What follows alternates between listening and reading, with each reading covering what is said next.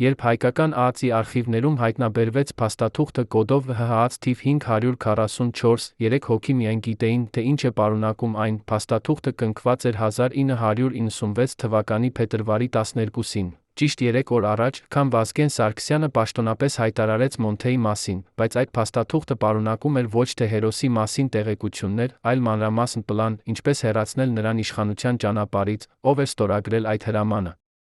Ինչու՞։ Մոնթեն, ով 3 տարի պաշտպանել էր Արցախի սահմանները, հանկարծ դարձավ վտանգավոր իշխանությունների համար, եւ ամենակարևորը, ինչու՞։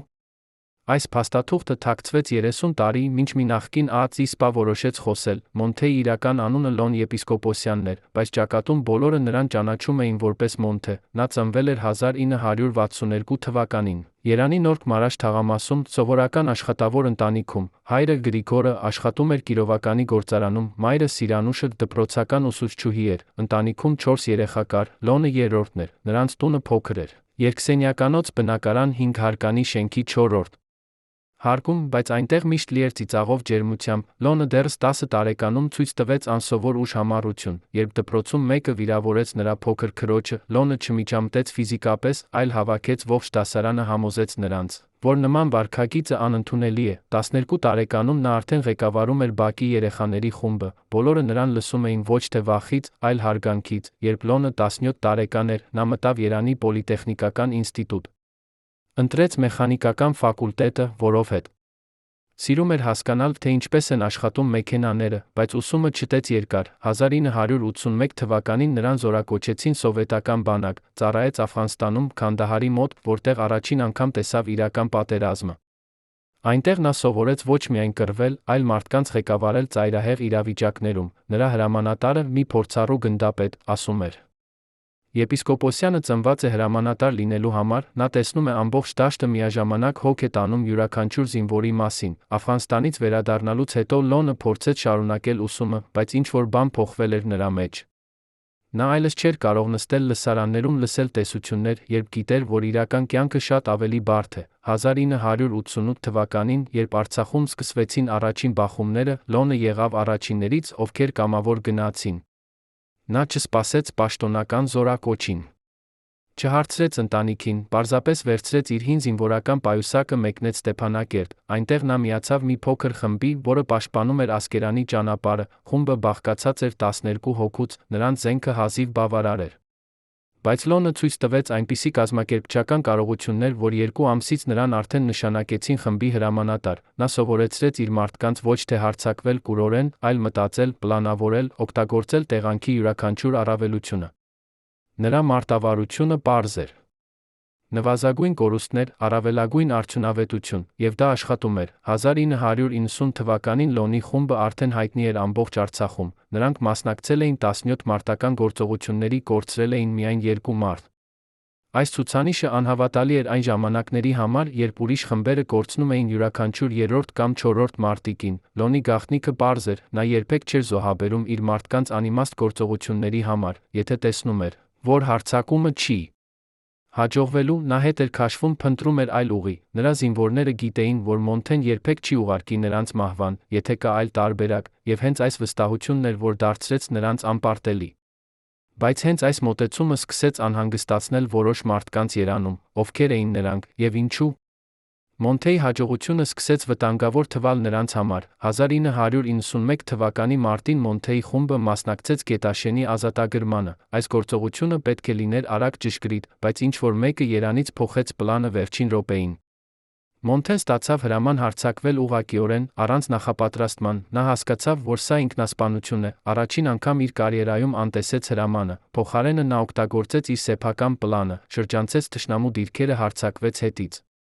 Գործողությունը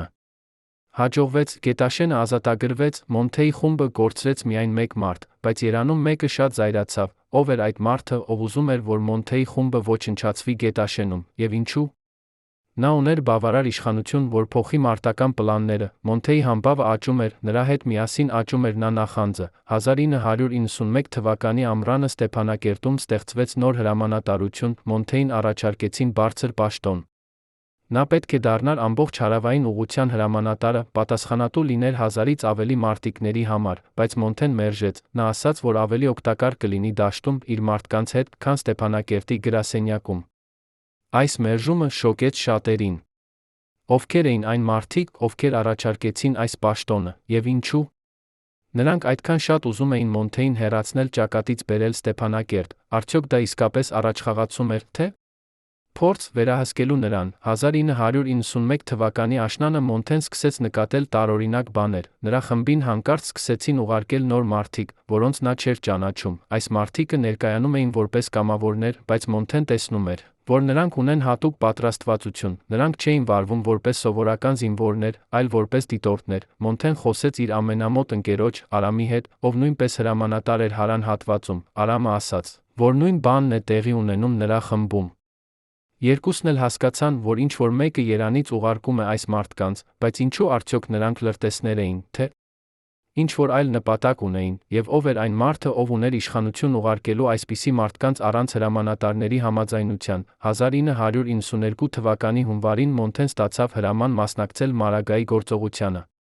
Այս գործողությունը պետք է լիներ ամենամեծը մինչ այդ, Մոնթեի խումբը պետք է լիներ առաջապահ ուժերից մեկը, բայց երբ Մոնթեն տեսավ պլանը, նա անմիջապես հասկացավ, որ ինչ-որ բան սխալ է։ Պլանը պահանջում էր, որ նրա խումբը հարձակվի ամենաամուր պաշտպանված կետի վրա, մինչդեռ ուրիշ խմբերը կգրավեին ավելի թույլ դիրքեր։ Մոնթեն գնաց հրամանատարության հարցրեց, թե ինչու է այսպես պլանավորված, նրան ասացին, որ սա հրամանը վերից քննարկման ենթակա չէ։ Մոնթեն վերադարձավ իր խումբ, ասաց իր մարդկանց, որ նրանք պետք է լինեն պատրաստ ամեն ինչի։ Նա գիտեր, որ այս գործողությունը կարող է լինել նրանց վերջինը, բայց ինչու։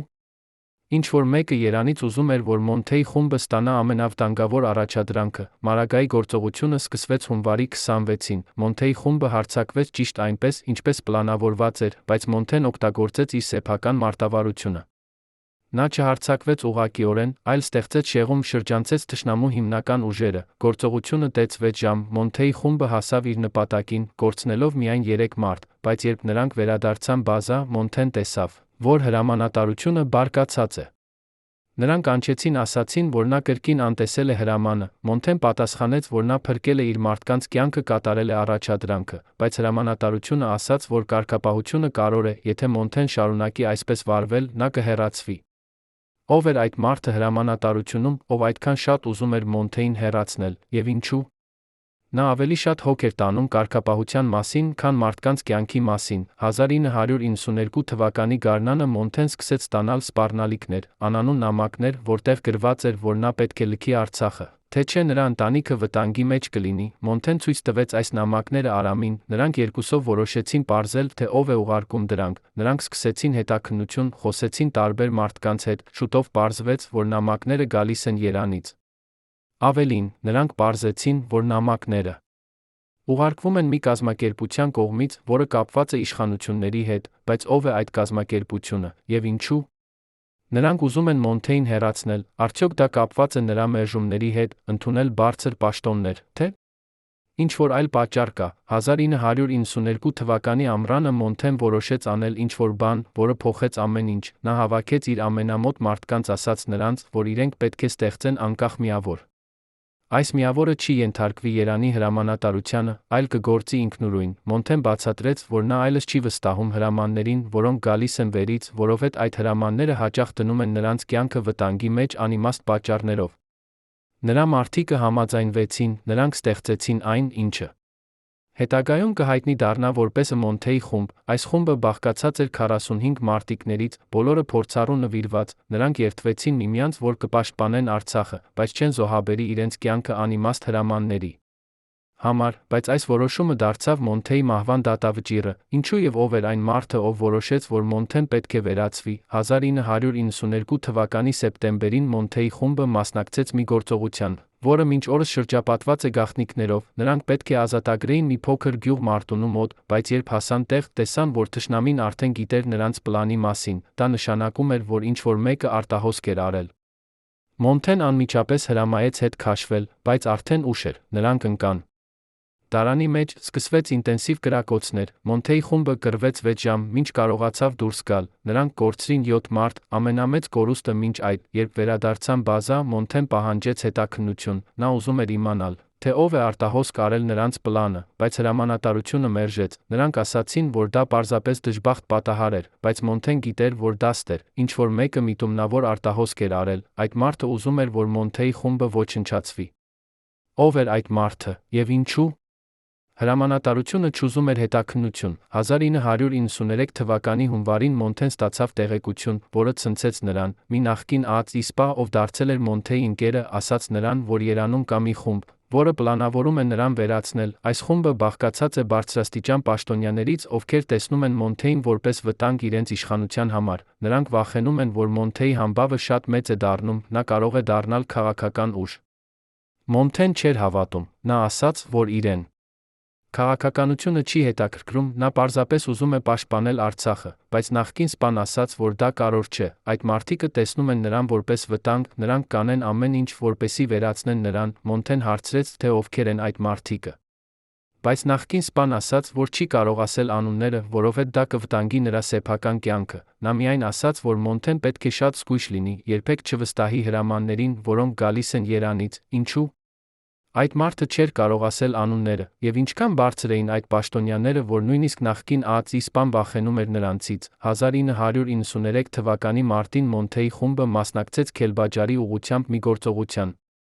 Այս գործողությունը պետք է լիներ համեմատաբար պարզ, ազատագրել մի փոքր բարձրունք, որը ռազմավարական նշանակություն ուներ, բայց երբ Մոնթեի խումբը հասավ տեղ, նրանք տեսան, որ բարձրունքը պաշտպանված է շատ ավելի ուժեղ, քան ակնկալվում էր։ Մոնթեն հասկացավ, որ հարձակումը ինքնասպանություն կլինի, որոշեց փոխել պլանը, նա ուղարկեց մի փոքր խումբ շրջանցելու բարձրունքը հարձակվել հետից, մինչդեռ հիմնական ուժերը կստեղծեին շեղում արջից, պլանը աշխատեց, բարձրունքը ազատագրվեց, կորցնելով միայն 2 մարդ։ Բայց երբ Մոնթեն զեկուցեց հրամանատարությանը, նրան ասացին, որ նա կրկին անտեսել է հրամանը, Մոնթեն բացատրեց, որ եթե հետեր հրամանին, նրանք կորցնեին 20 կամ 30 մարդ, բայց հրամանատարությունը ասաց, որ դա նրա խնդիրը չէ, հրամանը հրա է, եթե Մոնթեն շարունակի այսպես վարվել, նա կդատապարտվի, ինչու՞։ Հրամանատարությունը այդքան շատ պնդում էր կարգապահության վրա, եւ ինչու՞։ Նրանք ավելի շատ հոգ էին տանում հրամանների կատարման մասին, քան մարդկանց կյանքի մասին։ 1993 թվականի ապրիլին Մոնթեն որոշեց անել ինչ-որ բան, որը շատերը համարեցին խենթություն։ Նա գրեց նամակ Լոն Տեր-Պետրոսյանին, Հայաստանի նախագահին, բացատրեց իրավիճակը։ Նա գրեց, որ հրամանատարությունը տալիս է հրամաններ, որոնք դնում են զինվորների կյանքը վտանգի մեջ անիմաստ պատճառներով։ Նա գրեց, որ ինչ-որ մեկը Երանում ուզում է նրան վերացնել, նա պահանջում է հետաքննություն։ Մոնթեն ուղարկեց այս նամակը իր ամենավստահելի մարդու միջոցով, ով պետք է անձամբ հանձներ այն նախագահին, բայց նամակը երբեք չհասավ Տեր-Պետրոսյանին, այն ընդհատվեց ճանապարհին, Մոնթեի մարդը վերադարձավ ասելով, որ նախագահի աշխատակազմը մերժել է ընդունել նամակը։ Մոնթեն հասկացավ, որ նա մեկուսացված է, ինչ-որ մեկը Երանում ունի բավարար իշխանություն, որպեսզի արգելափակի նրա հաղորդակցությունը նախագահի հետ, ով էր այդ մարդը, եւ ինչքան բարձր էր նրա դիրքը, որ կարողանում էր վերահսկել նախագահի աշխատակազմը։ 1993 թվականի մայիսին Մոնթեի խումբը ստացավ հրաման մասնակցել մի գործողության, որը պետք է լիներ ամենավտանգավորը մինչ այդ, նրանք պետք է հարձակվեին մի ամրացված դիրքի վրա, որը պաշտպանված էր 100-ից ավելի զինվորներով։ Մոնթեի խումբը բաղկացած էր միայն 45 մարդուց, Մոնթեն անմիջապես հասկացավ, որ սա ինքնասպանություն է, նա գնաց հրամանատարության ասաց, որ այս գործողությունը անհնար է, բայց հրամանատարությունը ասաց, որ հրամանը գալիս է ուղղակի Երանից, այն քննարկման ենթակա չէ, Մոնթեն հարցրեց, թե ով է տվել այս հրամանը Երանում, բայց հրամանատարությունը մերժեց պատասխանել, նրանք միայն ասացին, որ եթե Մոնթեն չկատարի հրամանը, նա կձերբակալվի դավաճանության համար, Մոնթեն վերադարձավ իր խումբ ասաց իր մարդկանց, որ նրանք ունեն ընտրություն։ Նրանք կարող են կատարել հրամանը մեռնել, կամ կարող են մերժել դիմակայել, նրա մարդիկը միաձայն ասացին, որ նրանք կմնան Մոնթեի հետ, անկախ նրանից, թե ինչ կլինի, բայց ինչու։ Ինչ-որ մեկը Երանից տվեց այսպիսի հրաման, արդյոք դա փորձ էր ոչնչացնել Մոնթեի ամբողջ խումբը միանգամից։ 1993 թվականի հունիսի 12-ին Մոնթեի խումբը չկատարեց հրամանը, նրանք մնացին իրենց դիրքերում, մերժեցին հարձակվել։ Հրամանատարությունը անմիջապես ուղարկեց զինվորական ոստիկանություն, որպեսզի ձերբակալի Մոնթեին, բայց երբ զինվորական ոստիկանությունը հասավ, Մոնթեի մարդիկը շրջապատեցին նրանց, ասացին, որ նրանք չեն թույլ տա ձերբակալել իրենց հրամանատարին։ Իրավիճակը դարձավ շատ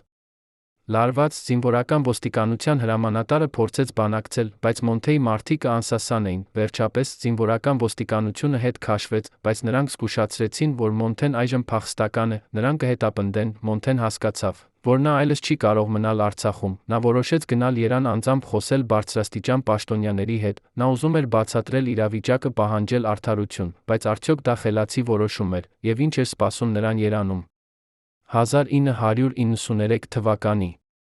հունիսի 15-ին Մոնթեն ժամանեց Երևան, նա վերցրեց միայն 2 մարդ իր հետ, Արամին մեկ այլ վստահելի ընկերոջը, նրանք մնացին մի փոքր հյուրանոցում կենտրոնում, սկսեցին փորձել կապ հաստատել պաշտոնյաների հետ, բայց ոչ ոք չէր ուզում հանդիպել նրանց։ Մոնթեն զանգահարեց տասնյակ հեռախոսահամարների, բայց բոլորը ասում էին, որ պաշտոնյաները զբաղված են, նա փորձեց գնալ պաշտպանության նախարարություն, բայց պահակները չթույլ տվեցին նրան մտնել, Մոնթեն հասկացավ, որ նրան խուսափում են։ Ինչ որ մեկը տվել էր հրաման, որ ոչ ոք չխոսի Մոնթեի հետ, նա նստեց հյուրանոցի սենյակում, փորձեց մտածել, թե ինչ անել, Արամը ասաց, որ նրանք պետք է վերադառնան Արցախ, որտեղ նրանք ապահով են, բայց Մոնթեն ասաց, որ եթե նրանք վերադառնան առանց լուծելու խնդիրը, նրանք միշտ կլինեն փախստականներ, նա ուզում էր պայքարել մինչ վերջ, բայց ինչու՞։ Ոչ ոք չէր ուզում հանդիպել նրան, եւ ով էր տվել այդ հրամանը։ 1993 թվականի հունիսի 17-ին Մոնթեն ստացավ հեռախոսազանգ, անանուն ձայնը ասաց, որ եթե Մոնթեն ուզում է հանդիպել բարձրաստիճան պաշտոնյայի հետ, նա պետք է գնա մի հասցե այդ երեկո ժամը 8-ին, Մոնթեն հարցրեց, թե ով է այդ պաշտոնյան, բայց ձայնը ասաց, որ նա կիմանա, երբ հասնի, Մոնթեն կասկածանքով էր, բայց նա որոշեց գնալ, Արամը ասաց, որ դա դարան կարող է լինել, բայց Մոնթեն ասաց, որ նրանք ընտրություն չունեն, երեկոյան ժամը 8-ին։ Մոնթեն, Արամը նրանց երրորդ ընկերը գնացին տրված հասցեն, դա մի հին շենք էր կենտրոնում, որը թվում էր լքված, նրանք մտան ներս, տեսան մի մարդու, ով սպասում էր նրանց, այդ մարդը ներկայացավ որպես պաշտպանության նախարարության ներկայացուցիչ, բայց նա չասաց իր անունը, նա ասաց Մոնթեին, որ եթե նա ուզում է լուծել իր խնդիրը, նա պետք է դադարեցնի իր անկախ գործողությունները, ենթարկվի հրամանատարությանը, Մոնթեն հարցրեց, թե ինչու է հրամանատարությունը տալիս հրամաններ, որոնք դնում են զինվորների կյանքը վտանգի մեջ։ Բայց այդ մարդը ասաց, որ դա ռազմական գաղտնիք է, Մոնթեն չունի իրավունք հարցնել, նա միայն ասաց, որ եթե Մոնթեն չենթարկվի, նա կդատապարտվի դավաճանության համար, ինչու՞։ Այդ մարդը չէր ուզում բացատրել հրամանների պատճառները, եւ ինչու՞։ Նա սպառնում էր Մոնթեին դավաճանության մեղադրանքով։ 1993 թվականի հունիսի 19-ը Մոնթեն վերադարձավ հյուրանոց, ասաց Արամին, որ նրանք պետք է հեռանան Երանից, նա հասկացավ, որ այստեղ նրան չեն լսելու, նա վտանգի մեջ է։ Նրանք պլանավորեցին հեռանալ հաջորդ առավոտյան, բայց այդ գիշեր ինչ-որ բան տեղի ունեցավ, ժամը 3-ին գիշերվա նրանց սենյակի դուռը բացվեց, ներս մտան 4 զինված մարդիկ, նրանք չէին հագել համազգեստ, բայց Մոնթեն անմիջապես հասկացավ, որ նրանք պրոֆեսիոնալներ են, այդ մարդիկը ասացին, որ Մոնթեն նրա ընկերները պետք է գան նրանց հետ, Մոնթեն հարցրեց, թե ով է ուղարկել նրանց, բայց նրանք չպատասխանեցին, նրանք պարզապես ասացին, որ եթե Մոնթեն չգա կամավոր, նրանք կօգտագործեն ուժ։ Մոնթեն նայեց Արամին, տեսավ վախը նրա աչքերում, նա հասկացավ, որ նրանք ընտրություն չունեն, նրանք գնացին այդ մարդկանց հետ, նրանց տարան մի անհայտ վայր Երանի արվարձաններում, ով էին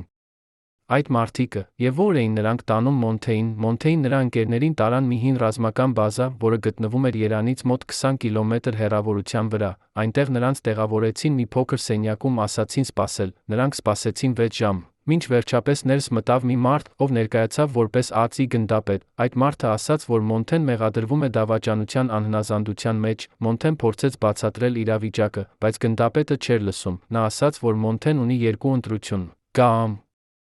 ստորագրել փաստաթուղթ, որտեղ նա խոստանում է ենթարկվել հրամանատարությանը երբեք չխոսել այս ամենի մասին, կամ նա կդատապարտվի, կանցկացնի մնացած կյանքը բանտում։ Մոնթեն հարցրեց, թե ինչու է այս ամենը տեղի ունենում, գնդապետը ասաց, որ Մոնթեն դարձել է խնդիր իշխանությունների համար, նրանք ուզում են, որ նա լռի, Մոնթեն հարցրեց, թե ինչու է նա խնդիր, գնդապետը ասաց, որ Մոնթեի համբավը շատ մեծ է դառնում, մարդիկ սկսում են նրան տեսնել որպես հերոս, իշխանությունները չեն ուզում, որ ինչ-որ մեկը դառնա այդքան հայտնի, որովհետև դա կարող է սպառնալ նրանց իշխանությանը, ինչու՞։ Իշխանությունները վախենում էին Մոնթեի համբավից, եւ ինչու՞։ Նրանք տեսնում էին նրան որպես սպառնալիք, Մոնթեն մերժեց ստորագրել փաստաթուղթը, նա ասաց, որ նա ոչինչ չի արել սխալ, նա չի լռելու, գնդապետը ասաց, որ Մոնթեն կարող է զղջալ այս որոշման համար, բայց Մոնթեն անսասան էր։ Նրան նրա ընկերներին վերադարձրին սենյակ ասացին, որ նրանք կմնան այնտեղ, մինչ որոշում կայացվի, նրանք մնացին այնտեղ 3 օր, առանց որևէ տեղեկության, սենյակը փոքր էր, առանց պատուհանների, միակ լույսը գալիս էր մի փոքր լամպից։ Նրանց տալիս էին սնունդ օրը 2 անգամ, բայց ոչ ոք չէր խոսում։ Նրանց հետ Արամը սկսեց կորցնել հույսը, նա ասաց Մոնթեին, որ նրանք երբեք չեն ազատվելու, բայց Մոնթեն ասաց, որ նրանք պետք է պահպանեն հույսը, նա հավատում էր, որ ճշմարտությունը վերջապես կբացահայտվի, բայց ինչ կա։ Ժամանակ նրանք կարող էին մնալ այնտեղ, եւ ինչ էր սպասում նրանց։ 1993 թվականի հունիսի 22-ին Մոնթեին նրա ընկերներին ազատեցին, նրանց ասացին, որ նրանք կարող են վերադառնալ Արցախ, բայց նրանք պետք է մնան լուր այն ամենի մասին, ինչ տեղի ունեցավ, նրանց նա ասացին, որ եթե նրանք խոսեն, նրանք կձերբակալվեն, Մոնթեն համաձայնվեց, բայց նա գիտեր, որ սա վերջը չէ, նա վերադարձավ Արցախ, միացավ իր խմբին, նրա մարդիկը ուրախացան տեսնելով նրան, բայց Մոնթեն տեսավ, որ ինչ-որ բան փոխվել էր։ Հրամանատարությունը այլևս չէր տալիս նրան առաջադրանքներ, նրա խումբը մեկուսացված էր, նրանք չէին ստանում որևէ աջակցություն, Մոնթեն հասկացավ, որ նրանք փորձում են նրան հեռացնել այլ կերպ, պարզապես անտեսելով նրան, բայց Մոնթեն չէր հանձնվելու։ Նա շարունակեց իր աշխատանքը, պաշտպանելով Արցախի սահմանները իր սեփական ուժերով, բայց ինչքան ժամանակ նա կարող էր շարունակել առանց աջակցության, եւ ինչ էր պլանավորում հրամանատարությունը։ 1993 թվականի օգոստոսին Մոնթեի խումբը մասնակցեց մի փոքր գործողության Մարտակերտի մոտ։ Նրանք պետք է պաշտպանեին մի փոքր գյուղ, որը հարձակման տակ էր, գործողությունը հաջողվեց, գյուղը պաշտպանվեց, բայց երբ Մոնթեն վերադարձավ բազա, նա տեսավ, որ նրա սենյակը խուզարկվել է, նրա անձնական իրերը ցրված էին, նրա փաստաթղթերը բացակայում էին։ Մոնթեն անմիջապես հասկացավ, որ ինչ-որ մեկը փնտրում էր ինչ-որ բան, նա գնաց հրամանատարության պահանջեց բացատրություն, բայց հրամանատարությունը ասաց, որ նրանք ոչինչ չգիտեն այդ մասին, Մոնթեն հասկացավ, որ նրան ստում են, նա վերադարձավ իր սենյակ, փորձեց հիշել, թե ինչ փաստաթղթեր ուներ, հետո նա հասկացավ, նրանք վերցրել էին նրա անձնական օրագիրը, որտեղ նա գրում էր իր մտքերը, դիտարկումները, այդ օրագրում Մոնթեն գրել էր իր կասկածների մասին, թե ով է փորձում նրան վերացնել, նա գրել էր անուններ, ամսաթվեր։ Եվ այժմ այդ օրագիրը նրանց ձեռքում էր, ինչու՞։ Նրանք վերցրին այդ օրագիրը, եւ ինչ էին նրանք պլանավորում անել այդ տեղեկությամբ։ 1993 թվականի սեպտեմբերին Մոնթեն սկսեց նկատել, որ նրան հետում են, երբ նա քայլում էր Ստեփանակերտի փողոցներով։ Նա տեսնում էր նույն դեմքերը կրկնվում, երբ նա նստում էր սրճարանում, նա նկատում էր մարդկանց, ովքեր դիտում էին նրան, Մոնթեն ասաց Արամին, նրանք երկուսով սկսեցին ավելի զգույշ լինել, նրանք փոխեցին իրենց ռեժիմը։ Երբեք չէին գնում նույն վայրերը 2 անգամ, միշտ ստուգում էին, թե արդյոք նրանց հետում են, բայց հետողները շատ պրոֆեսիոնալ էին, նրանք երբեք չէին մոտենում շատ մոտ, բայց միշտ այնտեղ էին։ Մոնթեն հասկացավ, որ նրանք սպասում են ինչ-որ բանի, բայց ինչին, արդյոք նրանք սպասում էին ճիշտ պահին, որպեսզի գործեն, թե նրանք պարզապես հավաքում էին տեղեկություններ, եւ ով էր ուղարկել այս հետողներին։ 1993 թվականի հոկտեմբերի 2-ին Մոնթեն ստացավ հեռախոսազանգ իր մորից, նա ասաց, որ Երանում անհայտ մարդիկ եկել են նրանց տուն հարցրել Մոնթեի մասին, նրանք ուզում էին իմանալ, թե որտեղ է նա, ինչ է անում, արդյոք նա հաճախ է գալիս Երան։ Մոնթեի մայրը վախեցել էր, ասել էր, որ նա ոչինչ չգիտի, բայց այդ մարդիկը զգուշացրել էին, որ եթե Մոնթեն շարունակի իր գործողությունները, նրա ընտանիքը կտուժի։ Մոնթեն լսեց սա զայրացավ, նա չէր կարող հավատալ, որ նրանք սպառնում են նրա ընտանիքին, նա անմիջապես զանգահարեց Արամին, ասաց, որ նրանք պետք է անեն ինչ-որ բան, Արամը ասաց, որ նրանք պետք է գնան Երան պաշտպանեն Մոնթեի ընտանիքին, բայց Մոնթեն ասաց, որ եթե նա գնա Երան, նա երբեք չի վերադառնա, նա գիտեր, որ դա դարան է, ինչու՞։ Նրանք սպառնում էին Մոնթեի ընտանիքին, եւ ինչ էին նրանք ուզում հասնել այդ սպառնալիքներով։ 1993 թվականի հոկտեմբերի 10-ը Մոնթեն որոշեց գործել, նա հավաքեց իր ամենամոտ մարդկանց, ասաց նրանց, որ նրանք պետք է հրապարակեն ճշմարտությունը, նա ուզում էր պատմել մարդկանց, թե ինչ է իրականում տեղի ունենում, թե ինչպես են իշխանությունները փորձում նրան լռեցնել, նա ուզում էր, որ մարդիկը իմանան, որ պատերազմում զոհվում են զինվորներ ոչ թե թշնամու կրակից, այլ անիմաստ հրամանների պատճառով, բայց նրա մարդիկը ասացին, որ դա շատ վտանգավոր է, եթե Մոնթեն հրապարակի սա, նրան անպայման կվերացնեն։ Մոնթեն ասաց, որ նա այլևս չի վախենում, նա ասաց, որ եթե նա պետք է մեռնի, նա կմեռնի ճշմարտության համար։ Նրա մարդիկը տեսան նրա վճռականությունը, համաձայնվեցին օգնել նրան, նրանք սկսեցին պատրաստել փաստաթղթեր, հավաքել ապացույցներ, պլանավորել, թե ինչպես հրապարակել այս ամենը, բայց արդյոք նրանք կհասցնեին, եւ ինչ կլիներ, եթե իշխանությունները իմանային նրանց պլանի մասին։ 1993 թվականի հոկտեմբերի 15-ին Մոնթեի խումբը գրեթե պատրաստ էր հրապարակել ճշմարտությունը, նրանք հավաքել էին բավարար ապացույցներ, պատրաստել էին մանրամասն զեկույց։ Մոնթեն պլանավորում էր ուղարկել այս զեկույցը մի քանի լրատվամիջոցների, միջազգային կազմակերպությունների։ Նա հավատում էր, որ երբ մարդիկը իմանան ճշմարտությունը, իշխանությունները ստիպված կլինեն պատասխանատվության, բայց այդ երեկո, երբ Մոնթեն վերադառնում էր իր բազա, ինչ-որ բան տեղի ունեցավ, նրա մեքենան կանգ առավ ճանապարհի մեջտեղում, երբ Մոնթեն իջավ ստուգելու, նա տեսավ, որ անիվները կտրված են, նա հասկացավ, որ դա դիտավորություն է, նա նայեց շուրջը, տեսավ մի քանի մարդկանց, ովքեր մոտենում էին նրան, այդ մարդիկը զինված էին, նրանց դեմքերը ծածկված էին, Մոնթեն փորձեց վազել, բայց նրանք շատ արագ էին, նրանք բռնեցին նրան, տարան մի անհայտ վայր, ով էին այդ մարդիկը, եւ որ էին նրանք տանում Մոնթեին, Մոնթեին տարան մի լքված շենք Ստեփանակերտի արվարձաններում, շենքը հին էր, պատուհանները կոտրված, ներսում մութ էր։ Այդ մարդիկը նստեցրին նրան մի աթոռի վրա։ Կապեցին նրա ձեռքերը, Մոնթեն փորձեց խոսել նրանց հետ, բայց նրանք լռում էին, նրանք պարզապես կանգնած էին սպասում, մոտավորապես 1 ժամ անց ներս մտավ մի մարդ, ով հագած էր թանկարժեք կոստյում, այդ մարդը մոտեցավ Մոնթեին, նստեց նրա դիմաց, նա ասաց, որ Մոնթեն շատ խնդիրներ է ստեղծել իշխանությունների համար, նա ասաց, որ Մոնթեն պետք է դադարեցնի իր փորձերը հրապարակել ճշմարտությունը, Մոնթեն հարցրեց, թե ով է այդ մարդը, բայց նա չպատասխանեց, նա միայն ասաց, որ Մոնթեն ունի վերջին հնարավորությունը համագործակցել։ Եթե Մոնթեն համաձայնվի լռել, ենթարկվել, նրան կթույլ տան վերադառնալ իր խմբին, բայց եթե նա մերժի, նա երբեք չի տեսնի իր ընտանիքին, ինչու՞։ Այդ մարդը այդքան վստահ էր իր իշխանության մեջ, եւ ինչու՞։ Նա չէր վախենում, որ Մոնթեի մարդիկը կգան փրկելու նրան, Մոնթեն նայեց այդ մարդու աչքերին, տեսավ սառը վճռականություն, նա հասկացավ, որ այս մարդը պատրաստ է անել ամեն ինչ, որպեսզի պաշտպանի իր իշխանությունը, Մոնթեն մտածեց իր ընտանիքի մասին, իր մարդկանց մասին, բոլոր այն զինվորների մասին, ովքեր մեռել էին անիմաստ հրամանների պատճառով, նա հասկացավ, որ եթե նա հիմա լռի, այդ մահերը կմնան անիմաստ, բայց եթե նա խոսի, նա կարող է փրկել ապագա կյանքներ, Մոնթեն խորը շունչ քաշեց, ասաց, որ նա երբեք չի համագործակցի, նա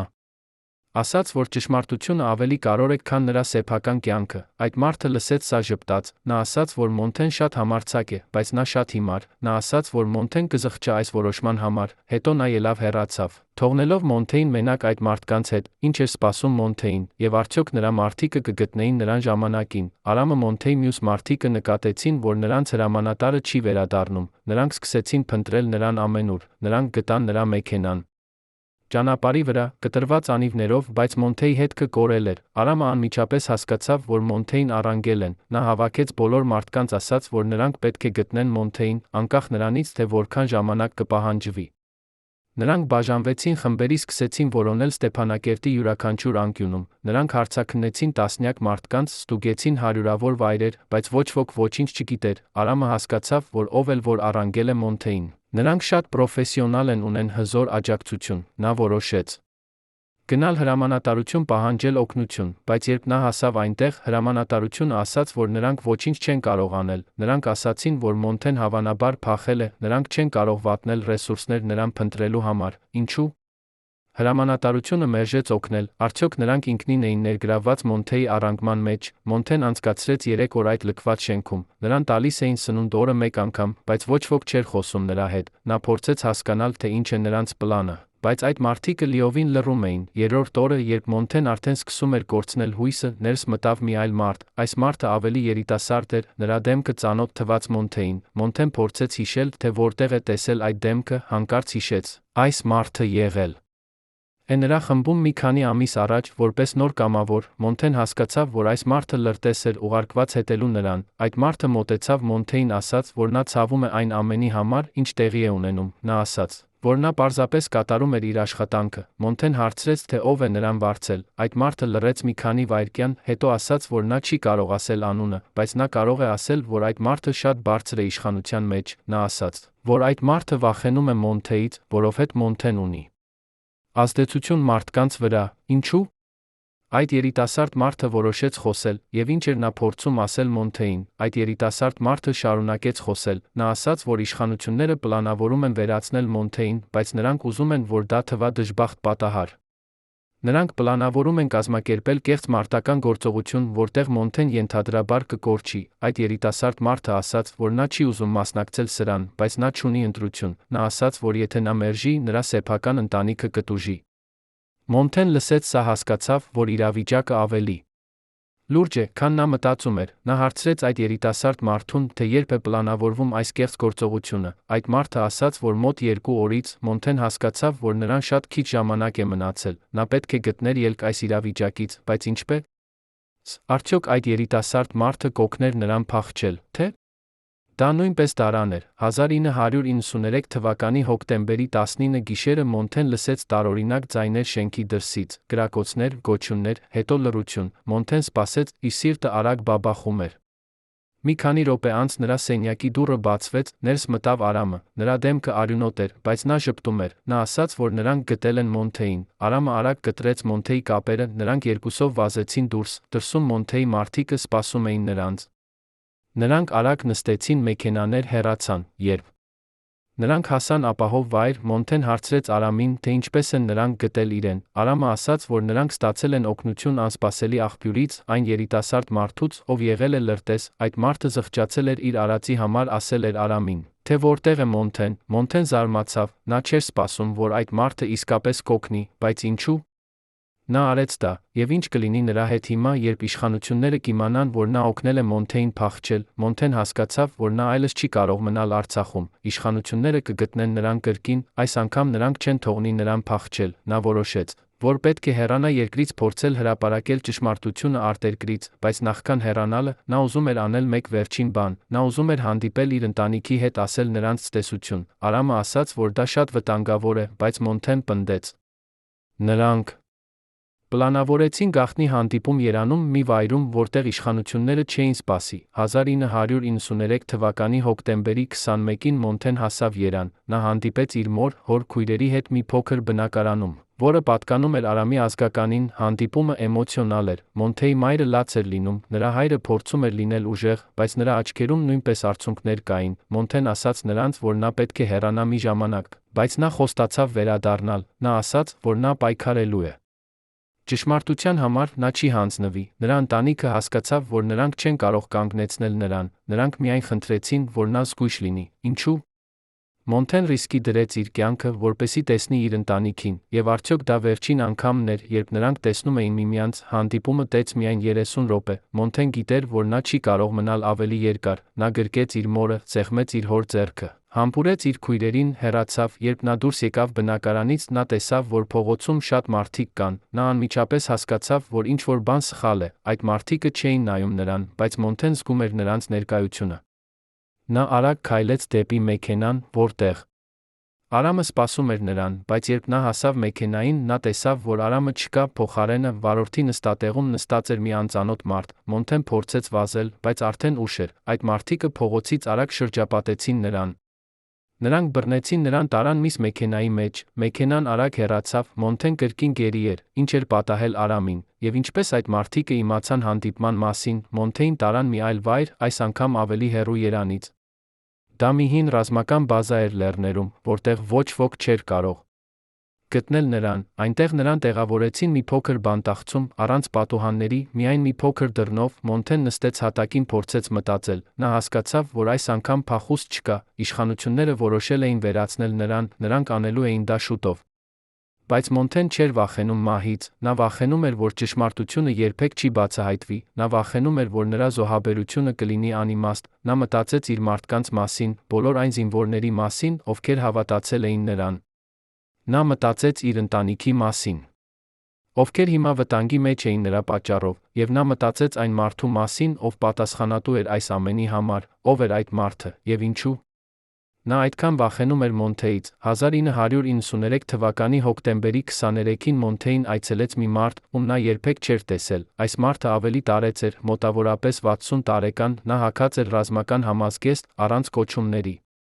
Նա նստեց Մոնթեի դիմաց երկար ժամանակ լռում էր, պարզապես նայելով նրան, հետո նա սկսեց խոսել, նա ասաց, որ Մոնթեն շատ խնդիրներ է ստեղծել շատ ազդեցիկ մարդկանց համար, նա ասաց, որ Մոնթեի համբավը դարձել է վտանգ, որովհետև մարդիկը սկսում են նրան տեսնել որպես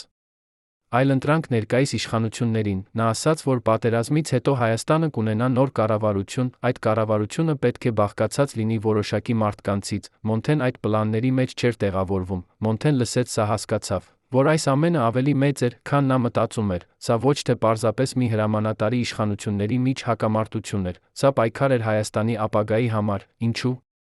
Այդ մարդը պատմում էր այս ամենը Մոնթեին, եւ ինչ էր նա ուզում հասնել, այդ տարեց մարդը շարունակեց, նա ասաց, որ Մոնթեն ունի վերջին հնարավորությունը փրկվելու, եթե Մոնթեն համաձայնվի հեռանալ երկրից երբեք չվերադառնալ, եթե նա խոստանա երբեք չխոսել այն ամենի մասին, ինչ տեսել է, նրան կթույլ տան ապրել, նրան կտան նոր անուն, նոր փաստաթղթեր, նա կկարողանա սկսել նոր կյանք ուրիշ երկրում, բայց եթե նա մերժի, նա կմեռնի, նրա ընտանիքը նույնպես կտուժի։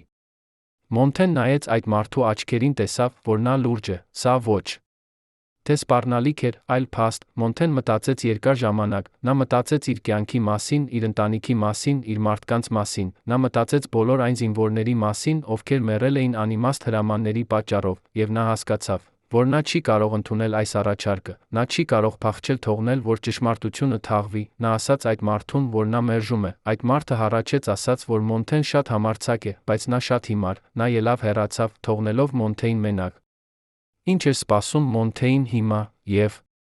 արդյոք նա երբեք կտեսնի Արը կրկին։ 1993 թվականի հոկտեմբերի 25-ին Մոնթեին տարան դուրս բանտախցից, նրան ասացին, որ նա պետք է պատրաստվի տեղափոխվելու, Մոնթեն հարցրեց, թե ուր են նրան տանում, բայց ոչ ոք չպատասխանեց։ Նրան նստեցրին մի ռազմական մեքենայի մեջ, նրանք սկսեցին երթեկել դեպի լեռները, ճանապարհը տեց մոտ 2 ժամ, Մոնթեն նայում էր պատուհանից, տեսնում էր ծանոթ տեղանքը, նրանք երթեկում էին դեպի Արցախի սահմանը, Մոնթեն հասկացավ, թե ինչ է տեղի ունենալու։ Նրանք պատրաստվում էին կազմակերպել կեղծ մարտական գործողություն, որտեղ Մոնթեն ենթադրաբար կկորչի, մեքենան կանգ առավ մի հեռավոր վայրում, որտեղ ոչ ոք չկար, Մոնթեին հանեցին մեքենայից, ասացին քայլել, նրանք քայլեցին մոտ 15 րոպե, մինչ հասան մի փոքր ձորակի, այնտեղ Մոնթեին ասացին կանգնել, նա նայեց շուրջը, տեսավ, որ նրա հետ կային 6 զինված մարդիկ, նրանց դեմքերը ծածկված էին, նրանք լռում էին, Մոնթեն հասկացավ, որ սա վերջն է, բայց նա չէր վախենում, նա մտածեց իր կյանքի մասին, բոլոր այն մարդկանց մասին, ում նա սիրել էր, բոլոր այն զինվորների մասին, ում նա հրամանատարել էր, եւ նա հասկացավ, որ նրա կյանքը ունեցել է իմաստ, նա պայքարել էր ճշմարտության համար, դա բավարար էր, ինչ էր անելու այդ 6 զինված մարդիկը, եւ արդյոք Մոնթեի պատմությունը կավարտվի այստեղ։ Բայց հանկարծ ինչ-որ բան տեղի ունեցավ, հեռվից լսվեցին կրակոցներ, այդ 6 զինված մարդիկը շփոթվեցին, սկսեցին նայել շուրջը, հետո ավելի շատ կրակոցներ, մեկը այդ մարդկանցից ընկավ, Մոնթեն հասկացավ, որ ինչ-որ մեկը հարձակվում է նրանց վրա։ Նա օգտագործեց շփոթությունը, վազեց դեպի ծառերը, կրակոցները շարունակվեցին, Մոնթեն լսում էր գոչյուններ իր հետից, նա վազում էր այնքան արագ, որքան կարող էր, չնայելով ճյուղերին, որոնք քերծում էին նրա դեմքը, նա վազեց մոտ 10 րոպե, մինչ հասավ մի փոքր մայթ, այնտեղ նա տեսավ մի մեքենա։ Մեքենայի մոտ կանգնած էր Արամը, Արամը տեսավ Մոնթեին ժպտաց, նա ասաց, որ նրանք ժամանակին հասան, Մոնթեն չէր կարող հավատալ, նա հարցրեց, թե ինչպես են նրանք գտել իրեն, Արամը ասաց, որ նրանք հետել են այն մեքենային, որը տարել էր Մոնթեին։ Նրանք սպասել են ճիշտ պահին հարձակվել, Մոնթեն գրկեց Արամին շնորհակալություն հայտնեց, բայց նա գիտեր, որ դա դեռ վերջը չէ, իշխանությունները չեն հանձնվի այսքան հեշտությամբ, ինչ էին նրանք անելու հիմա, եւ ուր կարող էին նրանք թաքնվել։ Մոնթեն Արամը վերադարձան Արցախ, բայց այս անգամ նրանք չգնացին Ստեփանակերտ, նրանք գնացին լեռները, որտեղ Մոնթեի մարդիկը ստեղծել էին գաղտնի բազա, այնտեղ Մոնթեն հավաքեց իր բոլոր մարդկանց, ասաց նրանց, թե ինչ է տեղի ունեցել, նա ասաց, որ իշխանությունները փորձել են վերացնել իրեն, նրանք կշարունակեն փորձել, նա ասաց, որ նրանք ունեն երկու ընտրություն, կամ հանձնվել ապրել լռության մեջ, կամ պայքարել, փորձել բացահայտել ճշմարտությունը, նրա մարդիկը միաձայն ասացին, որ նրանք կպայքարեն, նրանք երդվեցին, որ կպաշտպանեն Մոնթեին, կօգնեն նրան հրապարակել ճշմարտությունը, Մոնթեն զգաց հպարտություն իր մարդկանց նկատմամբ, նրանք սկսեցին պլանավորել, թե ինչպես հրապարակել այն ապացույցները, որոնք նրանք հավաքել էին։ Նրանք որոշեցին կապ հաստատել միջազգային լրատվամիջոցների հետ, ուղարկել նրանց մանրամասն զեկույց, բայց նախքան դա անելը, նրանք պետք է ապահով վայր գտնեին, որտեղ կարող էին պահել ապացույցները, ուր կարող էին նրանք թաքցնել այդ փաստաթղթերը, եւ ինչպես Կարող էին նրանք համոզվել, որ իշխանությունները չեն գտնի դրանք։ 1993 թվականի նոյեմբերի սկզբին Մոնթեի խումբը սկսեց իրականացնել իրենց պլանը։ Նրանք բաժանեցին ապացույցները 3 մասի թաքցրին դրանք 3 տարբեր վայրերում, մեկ մասը թաքցրին Արցախի լեռներում, մի հին քարայրում, որը հայտնի էր միայն տեղացիներին։ Երկրորդ մասը ուղարկեցին Երան, մի վստահելի ընկերոջ տուն, ով խոստացավ պահել դրանք։ Երրորդ մասը Մոնթեն պահեց իր մոտ։ Հետո նրանք սկսեցին կապ հաստատել միջազգային լրատվամիջոցների հետ, նրանք գրեցին մանրամասն նամակներ, որտեղ բացատրեցին իրավիճակը, առաջարկեցին հանդիպում։ Բայց պատասխանները եկան դանդաղ, շատ լրատվամիջոցներ վախենում էին ներգրավվել այսպիսի զգայուն թեմայի մեջ։ Մոնթեն հասկացավ, որ նրանք պետք է գտնեին այլ ուղի, նա որոշեց կապ հաստատել մարդու իրավունքների միջազգային կազմակերպությունների հետ։ Այդ կազմակերպությունները ավելի հետաքրքրված էին, համաձայնվեցին հանդիպել Մոնթեի ներկայացուցիչների հետ, բայց ինչպես կարող էին նրանք կազմակերպել այդ հանդիպումը, երբ իշխանությունները հետում էին նրանց յուրաքանչյուր քայլին։ 1993 թվականի նոյեմբերի 12-ին Մոնթեի խումբը ստացավ տեղեկություն, որ իշխանությունները պլանավորում են մեծ գործողություն նրանց դեմ։ Նրանք պատրաստվում էին ուղարկել հատուկ ջոկատ, որը պետք է գտներ ձերբակալեր Մոնթեին նրա մարդկանց։ Մոնթեն հասկացավ, որ նրանք պետք է գործեն արագ, նա որոշեց, որ նրանք պետք է անմիջապես հեռանան Արցախից, փորձեն հասնել Վրաստան, որտեղ նրանք կարող էին ապահով լինել, բայց ճանապարհը դեպի Վրաստան էր երկար, վտանգավոր, նրանք պետք է անցնեին սահմանը գաղտնի, առանց փաստաթղթերի, խուսափեին սահմանապահներից։ Մոնթեն ընտրեց իր ամենավստահելի 10 մարդկանց, ասաց նրանց պատրաստվել, մնացած մարդկանց նա ասաց մնալ Արցախում, շարունակել պայքարը։ Նա խոստացավ, որ երբ հասնի Վրաստան, նա կանի ամեն ինչ, որպեսզի հրապարակի ճշմարտությունը։ Բայց արդյոք նրանք կհասցնեին հասնել սահմանին, եւ ինչ էր սպասում նրանց ճանապարհին։ 1993 թվականի նոյեմբերի 15-ին գիշերը Մոնթեն նրա 10 մարդիկը սկսեցին իրենց ճանապարհորդությունը դեպի Վրաստան։ Նրանք քայլեցին լեռներով, խուսափելով ճանապարհներից, բնակավայրերից, եղանակը սառը էր, ձյունը սկսում էր թափվել։ Նրանք քայլեցին ամբողջ գիշեր, առավոտյան հասան մի փոքր գյուղ սահմանի մոտ, այնտեղ նրանք թաքնվեցին մի լքված տանը, հանգստացան մի քանի ժամ։ Մոնթեն գիտեր, որ նրանք պետք է շարունակեին շարժվել, բայց նրա մարդիկը հոգնած էին։ Նա որոշեց, որ նրանք կմնան այնտեղ մինչ երեկո, հետո կշարունակեն, բայց երեկոյան, երբ նրանք պատրաստվում էին հեռանալ, նրանք լսեցին ուղղաթիռի ձայնը։ Մոնթեն նայեց դուրս, տեսավ, որ ուղղաթիռը թռչում է ցածր։ Որոնելով ինչ-որ բան, նա հասկացավ, որ իշխանությունները գտել են նրանց հետքը, նրանք պետք է հեռանային անմիջապես, բայց ինչպես կարող էին նրանք խուսափել ուղղաթիռից, եւ ինչքան մոտ էին նրանք սահմանին։ Մոնթեն նրա մարդիկը վազեցին դեպի անտառը, փորձելով թաքնվել ծառերի տակ։ Ուղղաթիռը շարունակում էր թռչել վերում, որոնելով նրանց։ Մոնթեն հասկացավ, որ նրանք պետք է բաժանվեին, եթե նրանք մնային միասին, ուղղաթիռը ավելի հեշտությամբ կկարողանար գտնել նրանց։ Նա ասաց իր մարդկանց բաժանվել 3 խմբերի, շարժվել տարբեր ուղղություններով։ Նրանք պետք է հանդիպեին սահմանի մյուս կողմում, մի կոնկրետ վայրում, որը նրանք նախապես պայմանավորել էին։ Մոնթեի խումբը բաղկացած էր նրանից, Արամից 2 այլ մարդկանցից։ Նրանք սկսեցին շարժվել դեպի արևելք, փորձելով հասնել սահմանին ամենակարճ ճանապարհով, բայց ուղղաթիռը շարունակում էր հետել նրանց։ Մոնթեն հասկացավ, որ նրանք պետք է գտնեին վայր, որտեղ կարող էին թաքնվել ուղղաթիռից։ Նա հիշեց, որ մոտակայքում կա մի հին քարայր, որտեղ նրանք կարող էին ապաստանել։ Նրանք փոխեցին ուղղությունը, սկսեցին շարժվել դեպի քարայրը, բայց արդյոք նրանք կհասցնեին հասնել այնտեղ, եւ ինչ կլիներ, եթե ուղղաթիռը տեսներ նրանց։ Նրանք հասան քարայրը ճիշտ ժամանակին, ուղղաթիռը թռչում էր ուղղակի նրանց վերում, բայց նրանք արդեն ներսում էին, քարայրը խորն էր։ Նրանք շարժվեցին ներս, հեռու մուտքից, նրանք նստեցին մութ անկյունում, սպասեցին։ Ուղղաթիռի ձայնը շարունակվեց մոտ 15 րոպե, հետո դանդաղորեն հեռացավ։ Մոնթեն սպասեց 10 րոպե, համոզվելու համար, որ ուղղաթիռը իսկապես հեռացել է։ Հետո նրանք դուրս եկան։ Քարայրից շարունակեցին իրենց ճանապարհորդությունը։ Նրանք քայլեցին 2 ժամ, վերջապես հասան սահմանին։ Սահմանը նշված էր միայն մի փոքր սյունով, ոչ մի սահմանապահ չկար տեսանելի։ Մոնթեն նայեց իր մարդկանց, ժպտաց։ Նրանք անցան սահմանը, մտան Վրաստան։ Նրանք ազատ էին, բայց ինչ էր սպասում նրանց Վրաստանում, եւ արդյոք նրանք կարողանային հրապարակել ճշմարտությունը։ Վրաստանում Մոնթեն նրա մարդիկը գտան ապաստան մի փոքր քաղաքում սահմանի մոտ։ Նրանք կապ հաստատեցին մարդու իրավունքների մի միջազգային կազմակերպության հետ, որը համաձայնվեց հանդիպել նրանց։ Հանդիպումը տեղի ունեցավ մի փոքր հյուրանոցում։ Մոնթեն պատմեց ամեն ինչ, նա ցույց տվեց ապացույցները, բացատրեց իրավիճակը, պահանջեց միջազգային հետաքննություն։ Կազմակերպության ներկայացուցիչները լսեցին ուշադրությամբ խոստացան անել ամեն ինչ, որպեսզի օգնեն, նրանք ասացին, որ նրանք կհրապարակեն Մոնթեի պատմությունը, կպահանջեն, որ Հայաստանի իշխանությունները պատասխանատվության ենթարկվեն, Մոնթեն զգաց թեթություն։ Վերջապես, ճշմարտությունը կբացահայտվի։ Բայց նա գիտեր, որ դա միայն սկիզբն է, իշխանությունները չեն հանձնվի այսքան հեշտությամբ, նրանք կփորձեն ժխտել ամեն ինչ, կփորձեն թերագնահատել Մոնթեին, բայց Մոնթեն պատրաստ էր պայքարել, նա պայքարելու էր մինչ վերջ, մինչ ճշմարտությունը լիովին բացահայտվի, ինչ էր սպասում նրան հետո, եւ արդյոք նա երբեք կկարողանա վերադառնալ Հայաստան։ 1993 թվականի դեկտեմբերին Մոնթեի պատմությունը հրապարակվեց միջազգային լրատվամիջոցներում։ Մի քանի մեծ լրատվական գործակալություններ հրապարակեցին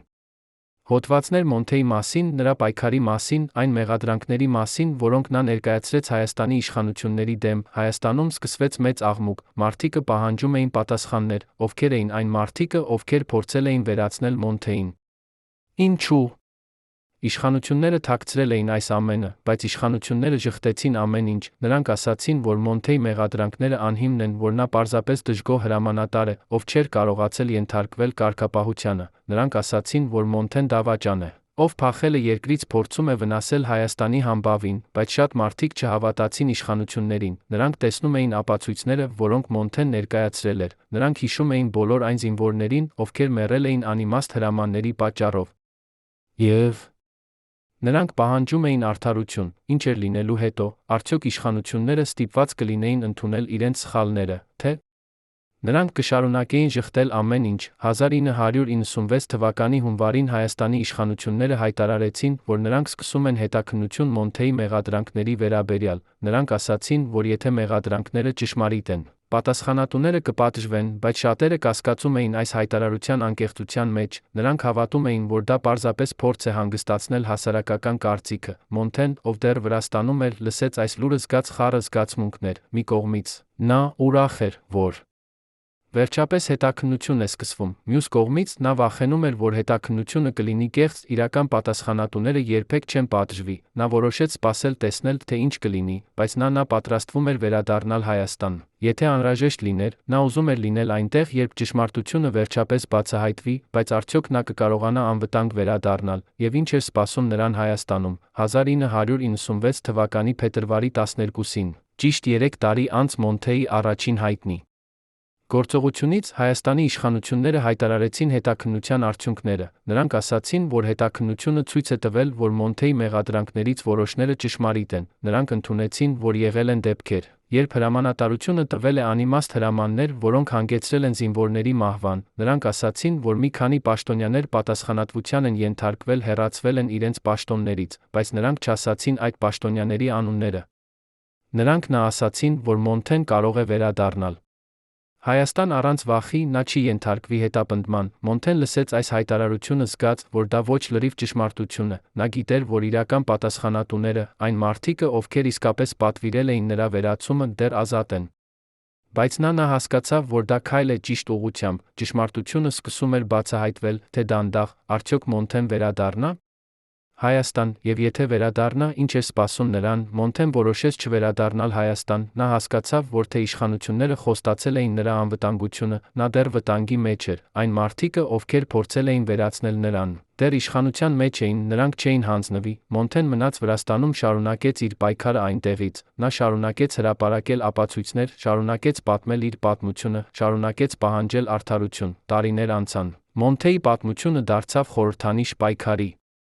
համար, ճշմարտության արդարության համար։ Շատ մարդիկ Հայաստանում, Արցախում տեսնում էին նրան որպես հերոս, որպես մարդ, ով համարձակվեց կանգնել իշխանությունների դեմ, պայքարել այն ամենի համար, ինչը ճիշտ է, բայց Մոնթեն երբեք չտեսավ լրիվ արդարություն։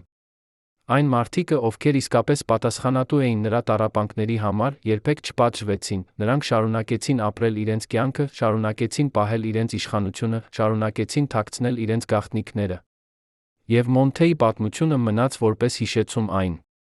մասին, թե ինչ է տեղի ունենում, երբ իշխանությունը կոռումպացված է, երբ ճշմարտությունը թաքցվում է, երբ արդարությունը զոհաբերվում է քաղաքական շահերի համար։ Այսօր, 30 տարի անց, Մոնթեի պատմությունը դեռ հարցեր է առաջացնում. ով էր այն մարդը, ով իսկապես պատվիրել էր Մոնթեի վերացումը, ինչու Իշխանությունները այդքան վախենում էին նրանից, եւ ինչ էր պատահել այն փաստաթղթին կոդով ՀՀԱ-ց թիվ 544, որը ենթադրաբար պարունակում էր բոլոր պատասխանները, այդ փաստաթուղթը երբեք չհրապարակվեց, ոմանք ասում են, որ այն ոչնչացվել է։ Ուրիշներ ասում են, որ այն դեռ գոյություն ունի, թաքնված ինչ-որ տեղ ԱԱԾ-ի արխիվներում, սպասելով այն օրվան, երբ ճշմարտությունը վերջապես կբացահայտվի։ Մոնթեն ապրում է դեռ ինչ-որ տեղ Վրաստանում, հեռու իր հայրենիքից, հեռու իր ընտանիքից, հեռու այն մարդկանցից, ում նա սիրում էր, նա տարեց է հիմա, բայց նրա աչքերում դեռ այրվում է նույն կրակը, նույն վճռականությունը, նույն հավատը ճշմարտության մեջ, եւ նա դեռ սպասում է այն օրվան, երբ արդարությունը վերջապես կհաղթի, բայց արդյոք այդ օրը երբ է կգա։ Արդյոք մենք երբեք իմանանք ամբողջ ճշմարտությունը Մոնթեի մասին, արդյոք այն մարդիկը, ովքեր պատասխանատու են նրա տառապանքների համար, երբեք կպատժվեն, սրանք հարցեր են, որոնց պատասխանները դեռ սպասում են բացահայտման։ Երբ Մոնթեի պատմությունը հրապարակվեց միջազգային մամուլում, Երանում սկսվեց ինչ-որ տարօրինակ, մի քանի բարձրաստիճան պաշտոնյաներ հանկարծ հեռացան իրենց պաշտոններից, առողջական պատճառներով, երկու գնդապետ վաղաժամ թոշակի գնացին, մի նախարարի տեղակալ անհետացավ 2 շաբաթով հայտնվեց Մոսկվայում։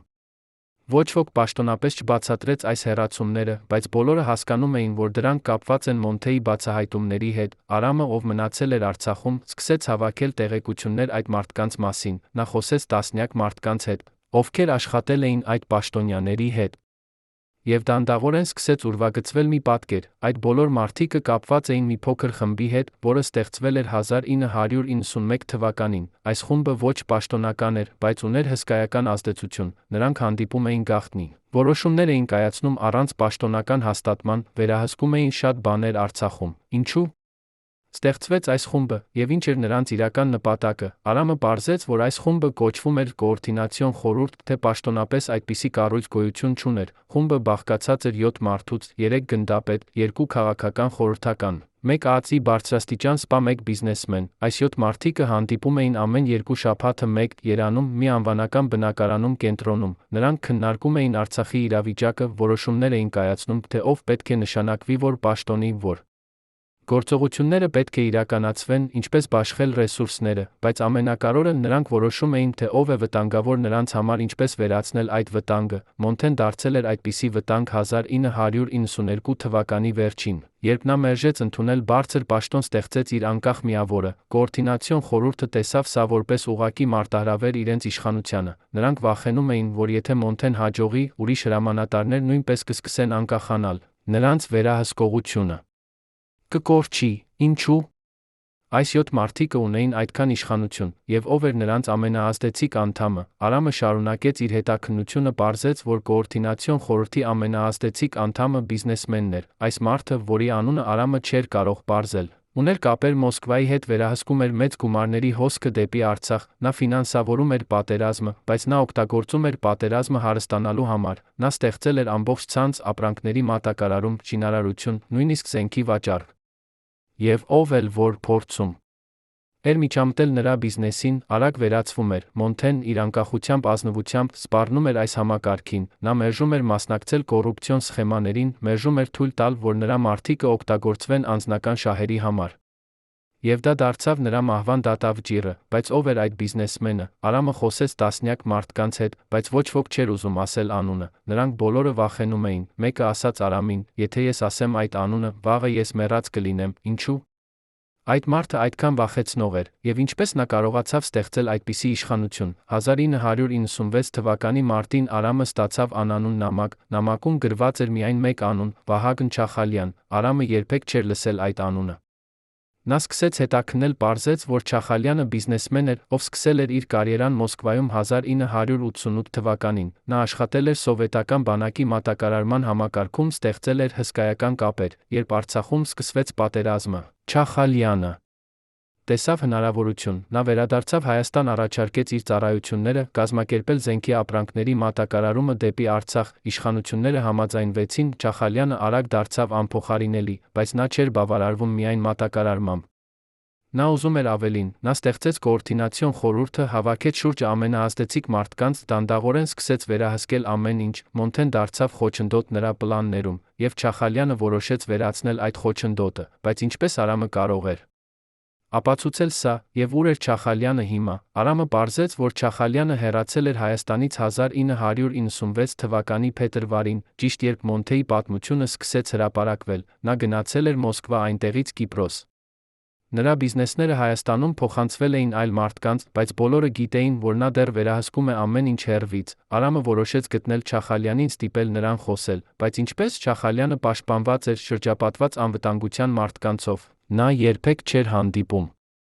անծանոթների հետ։ Արամը մտածեց երկար ժամանակ վերջապես գտավ լուծում։ Նա կօգտագործեր Չախալյանի միակ թույլ կողմը, նրա ագահությունը։ Արամը ստեղծեց կեղծ բիզնես առաջարկ, որը թվում էր շատ շահավետ։ Նա ուղարկեց այդ առաջարկը Չախալյանին Կիպրոսում։ Ներկայանալով որպես ներդրող, Չախալյանը հետաքրքրվեց, համաձայնվեց հանդիպման։ Արամը գիտեր, որ սա նրա միակ հնարավորությունն է, բայց ինչ կաներ նա, երբ հանդիպեր Չախալյանին, եւ արդյոք Չախալյանը կխոսեր։ 1996 թվականի ապրիլին Արամը թռավ Կիպրոս։ Նա հանդիպեց Չախալյանին մի շքեղ ռեստորանում Լիմասոլում։ Չախալյանը տարեց մարդ էր, մոտավորապես 65 տարեկան, բայց նա դեռ ուներ սուր հայացք, վստահ վարքագիծ։ Նրանք խոսեցին բիզնեսի մասին մոտ 30 րոպե, հետո Արամը որոշեց գործել։ Նա հանեց իր պայուսակից մի փաստաթուղթ, դրեց սեղանի վրա։ Դա Մոնթեի գրած զեկույցի պատճենն էր, որտեղ նշված էր Չախալյանի անունը։ Չախալյանի դեմքը փոխվեց, նա նայեց Արամին, հասկացավ, որ դա ոչ թե բիզնես հանդիպում է։ Նա փորձեց ելնել, բայց Արամը ասաց. Եթե դուք հիմա հեռանաք, վաղը այս փաստաթուղթը կլինի բոլոր լրատվամիջոցներում։ Չախալյանը նստեց կրկին, նա հարցրեց, թե ինչ է ուզում Արամը։ Արամը ասաց, որ նա ուզում է ճշմարտությունը։ Նա ուզում է, որ Չախալյանը խոստովանի, որ նա պատվիրել է Մոնթեի վերացումը։ Չախալյանը ծիծաղեց։ Նա ասաց, որ Արամը խենթ է, եթե կարծում է, որ նա կխոստովանի, բայց Արամը ասաց, որ նա ունի ապացույցներ, նա ունի փաստաթղթեր, ունի վկաներ, ունի ձայնագրություններ, եւ եթե Չախալյանը չխոստովանի, այդ ամենը կհրապարակվի։ Ինչ էր անելու Չախալյանը, արդյոք նա կխոստովաներ, թե նա կփորձեր վերացնել Արամին։ Չախալյանը լռեց երկար ժամանակ, նա նայում էր Արամին, փորձելով հասկանալ, թե արդյոք նա բլեֆ է անում։ Հետո նա ասաց. Լավ, ես կպատմեմ ձեզ ճշմարտությունը, բայց ոչ այստեղ։ Նրանք հեռացան ռեստորանից, գնացին Չախալյանի վիլլա, որը գտնվում էր լեռներում։ Այնտեղ, նստած տերասայում, Չախալյանը սկսեց խոսել։ Նա ասաց, որ այո, նա պատվիրել է Մոնթեի վերացումը, բայց ոչ թե անձնական պատճառներով։ Նա ասաց, որ Մոնթեն դարձել էր խնդիր ամբողջ համակարգի համար։ Նրա անկախությունը, նրա ազնվությունը, նրա համբավը սպառնում էին այն կառույցին, որը նրանք ստեղծել էին։ Եթե Մոնթեն շարունակեր, ուրիշ հրամանատարներ նույնպես կսկսեին հարցականի տակ դնել։ Հրամանները կսկսեին պահանջել թափանցիկություն, կսկսեին բացահայտել կոռուպցիան, եւ ամբողջ համակարգը կկործանվեր։ Չախալյանը ասաց, որ նա չէր ուզում սպանել Մոնթեին, նա ուզում էր միայն հեռացնել նրան, ստիպել նրան լռել, բայց Մոնթեն չէր ենթարկվում։ Եվ այդ պատճառով նրանք ստիպված էին գործել ավելի կոշտ։ Ինչու՞։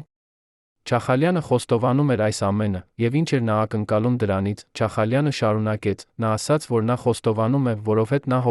նա հոգնել է թաքնվելուց, հոգնել է վախենալուց, հոգնել է ապրելուց մեղքի զգացումով։ Նա ասաց, որ այն ամենը, ինչ նրանք արեցին, արվեց երկրի համար, Արցախի համար, բայց ժամանակի ընթացքում ամեն ինչ փոխվեց։ Դա այլևս ազգային շահերի մասին չէր, դա դարձավ անձնական հարստության, իշխանության, վերահսկողության մասին։ Եվ Մոնթեն դարձավ զոհ այդ համակարգի։ Չախալյանը ասաց, որ նա ցավում է այն ամենի համար, ինչ տեղի ունեցավ, բայց նա ասաց, որ նա չի կարող փոխել անցյալը, նա միայն կարող է փորձել ուղղել ներկան։ Նա ասաց Արամին, որ նա պատրաստ է տալ ամբողջ տեղեկությունը, բոլոր անունները, բոլոր փաստաթղթերը։ Բայց նա ուզում է մեկ բան՝ անձեռնմխելիություն։ Նա ուզում է, որ նրան չհետապնդեն, չդատեն, թույլ տան ապրել իր մնացած կյանքը խաղաղության մեջ։ Արամը լսեց սա, զայրացավ։ Ինչպես կարող էր Չախալյանը պահանջել անձեռնմխելիություն, երբ նա պատասխանատու էր այդքան մարդկանց տառապանքների համար, բայց Արամը նա հասկացավ, որ եթե նա մերժի, Չախալյանը երբեք չի տա տեղեկությունը, եւ ճշմարտությունը կմնա թաքնված։ Ինչ պետք է աներ Արամը։ Արդյոք նա պետք է ընդուներ Չախալյանի պայմանը, թե պետք է մերժել, ռիսկի դներ, որ ճշմարտությունը երբեք չբացահայտվի։ Արամը մտածեց երկար ժամանակ։ Նա մտածեց Մոնթեի մասին, բոլոր այն զինվորների մասին, ովքեր մեռել էին։ Նա մտածեց արդարության մասին, պատժի մասին, բայց նա մտածեց ճշմարտության մասին։ Ինչն էր ավելի կարևոր՝ պատժել մեկ մարդու, թե բացահայտել ամբողջ ճշմարտությունը, կանխել, որ նմանատիպ բաներ տեղի ունենան ապագայում։ Արամը վերջապես որոշեց։ Նա ասաց Չախալյանին, որ նա ընդունում է պայմանը, բայց միայն մեկ պայմանով՝ Չախալյանը պետք է տա ամբողջ տեղեկությունը, առանց բացառության։ Չախալյանը համաձայնվեց, նրանք անցկացրին հաջորդ 3 օրը միասին, Չախալյանը պատմեց ամեն ինչ, նա տվեց անունները բոլոր 7 կոորդինացիոն խորհրդի անդամների, նա բացատրեց, թե ինչպես էին նրանք գործում, ինչպես էին որոշումներ կայացնում, ինչպես էին վերահսկում Արցախը։ Նա պատմեց Մոնթեի պատմությունը սկզբից մինչ վերջ, ինչպես նրանք առաջին անգամ նկատեցին նրան, ինչպես փորձեցին վերահսկել նրան, ինչպես որոշեցին վերացնել նրան, եւ նա տվեց փաստաթղթերը, հրամանները, հաղորդագրությունները, ֆինանսական գործարքները, ամեն ինչ։ Արամը ձայնագրեց ամբողջ խոսակցությունը, վերցրեց բոլոր փաստաթղթերը, երբ նրանք ավարտեցին, Չախալյանը ասաց. Հիմա դուք գիտեք ամեն ինչ, ինչ եք անելու այդ տեղեկությամբ, ձեր գործն է, բայց հիշեք ձեր խոստումը։ Արամը ասաց, որ նա կպահպանի իր խոստումը, բայց նա ասաց, որ Չախալյանը պետք է ապրի իր մնացած կյանքը գիտակցելով, թե ինչ է արել։ Եվ դա կլինի նրա իսկական պատիժը։ Արամը վերադարձավ Հայաստան, անմիջապես կապ հաստատեց Մոնթեի հետ, նա պատմեց նրան ամեն ինչ, ինչ իմացել էր Չախալյանից։ Մոնթեն լսեց լռությամբ, երբ Արամը ավարտեց, Մոնթեն երկար ժամանակ չխոսեց, հետո նա ասաց.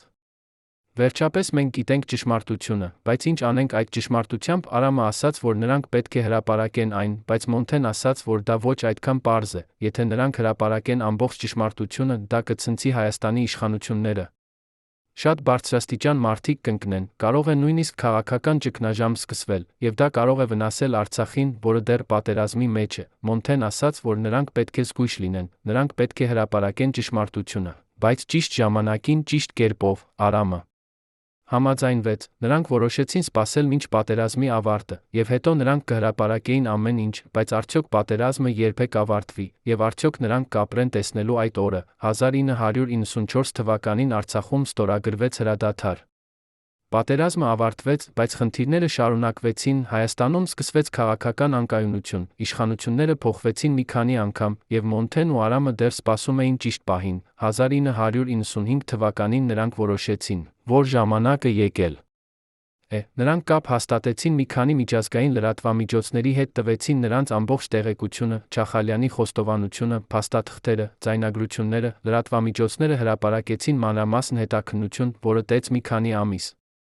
Հայաստանում սկսվեց հսկայական սկանդալ, մարդիկը պահանջում էին պատասխաններ, պահանջում էին արդարություն։ Կոորդինացիոն խորհրդի անդամները փորձեցին շղթել ամեն ինչ, բայց ապացույցները չափազանց ուժեղ էին, 2-ը ձերբակալվեցին, 3-ը փախան երկրից, 2-ը ինքնասպան եղան։ Չախալյանը մնաց Կիպրոսում, պաշտպանված իր անձեռնմխելիության պայմանագրով, բայց նրա կյանքը փոխվեց, նա այլևս չէր կարող ազատ շարժվել, չէր կարող վերադառնալ Հայաստան, չէր կարող տեսնել իր ընտանիքին, նա դարձավ կալանավոր իր սեփական վիլլայում, ապրելով մեղքի զգացումով, ինքնամեկուսացմամբ։ Արդյոք սա բավարար պատիժ էր, թե՞ արդարությունը պահանջում էր ավելին։ Մոնթեն լսեց սկանդալի մասին Վրաստանից, նա զգաց թեթություն, բայց նա տխրություն, ճշմարտությունը վերջապես բացահայտվեց, բայց ինչ գնով, քանի մարդ մեռավ, քանի ընտանիք տուժեց, քանի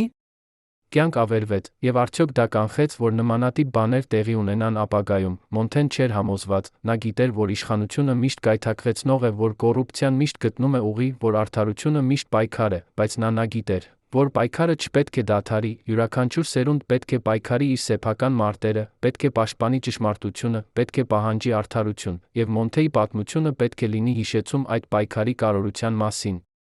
1996 թվականի հունիսին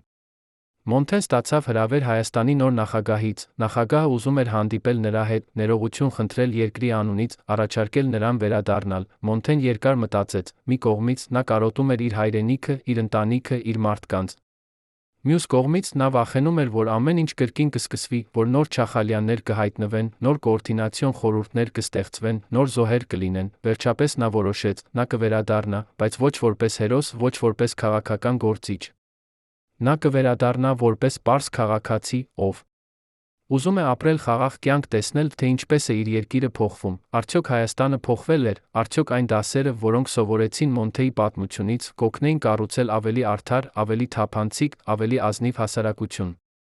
Սրանք հարցեր են, որոնց պատասխանները դեռ գրվում են, եւ յուրաքանչյուր մեզանից ունի դեր այդ պատասխանների ձևավորման մեջ։ 1996 թվականի օգոստոսի 12-ին Մոնթեն անցավ Հայաստանի սահմանը։ Նա չէր տեղեկացրել ոչ ոքի իր վերադարձի մասին, բացի Արամից։ Սահմանին նրան ոչ ոք չէր սպասում, ոչ լրագրողներ, ոչ պաշտոնյաներ, ճիշտ այնպես, ինչպես նա ուզում էր, նա վերցրեց տաքսի գնաց Երան, քաղաքը փոխվել էր, նոր շենքեր էին կառուցվում, փողոցները վերանորոգվում էին, մարդիկը թվում էին ավելի հույսով լի։ Բայց Մոնթեն տեսնում էր նա հին խնդիրները, աղքատությունը, անհավասարությունը, կասկածը մարդկանց աչքերում, նա հասավ իր ծնողների տուն Նորք Մարաշում, մայրը դուռը բացեց մի վայրկյան չհավատաց իր աչքերին, հետո նա գրկեց։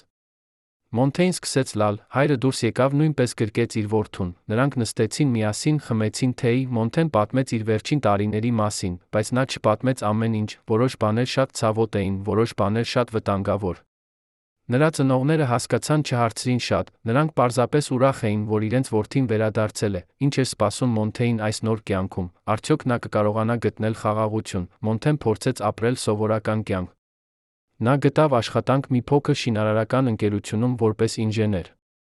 Նա վարձակալեց փոքր բնակարան կենտրոնում, նա խուսափում էր հրապարակայնությունից, մերժում էր հարցազրույցներ, չէր մասնակցում քաղաքական միջոցառումներին, բայց մարդիկը չէին մոռացել նրան, փողոցում նրան ճանաչում էին, մոտենում էին, սեղմում էին ձեռքը, շնորհակալություն էին հայտնում, նախկին զինվորներ, ովքեր ծառայել էին Արցախում, գալիս էին նրա մոտ, պատմում էին իրենց պատմությունները, Մոնթեն լսում էր նրանց, փորձում էր օգնել, երբ կարող էր, բայց նա զգում էր ծանրություն։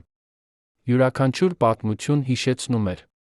նրան այն ամենի մասին, ինչ տեղի էր ունեցել, յուրաքանչյուր դեմք հիշեցնում էր նրան այն մարդկանց, ում նա կորցրել էր, եւ նա սկսեց հարցնել իրեն, արդյոք իր պայքարը արժեր դա, արդյոք ճշմարտության բացահայտումը փոխեց ինչ-որ բան, թե